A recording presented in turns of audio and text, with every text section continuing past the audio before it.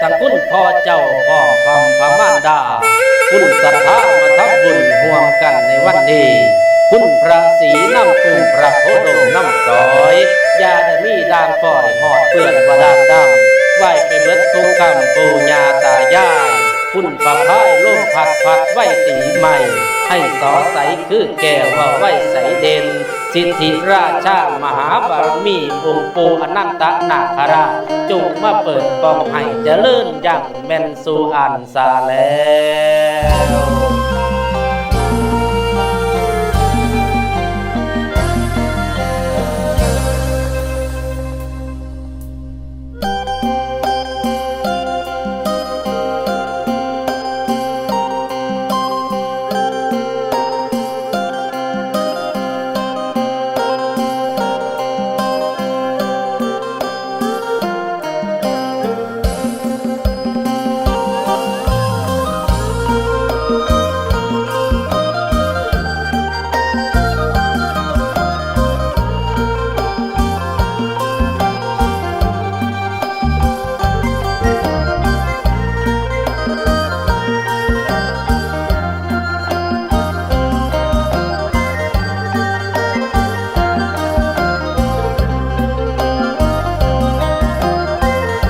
ชัยบารมีจงบังเกิดแก่พวกข้าพระพุทธเจ้าทั้งหลายนักการละบัดจะดีแล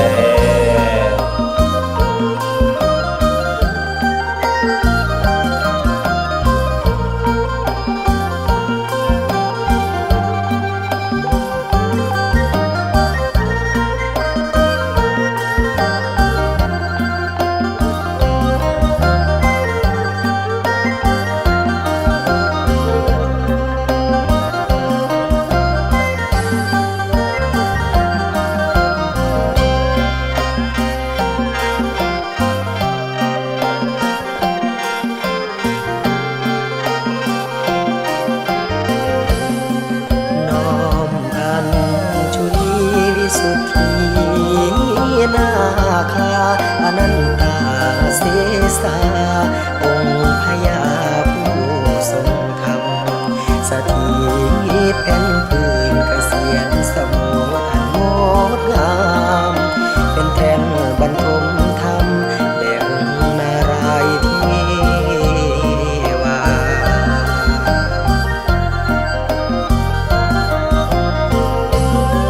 ขอพระบุญญายามลูกได้มา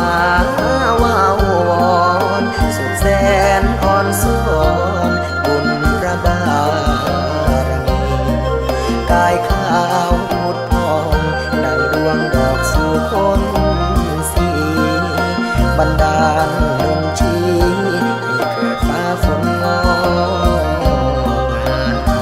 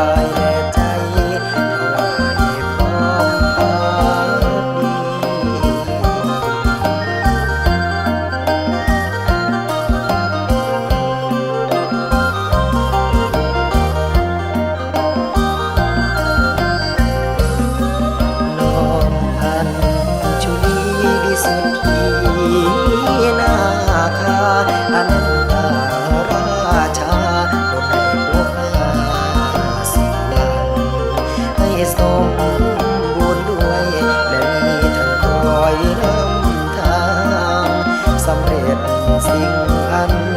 หวังประการสาเธอสำเร็จ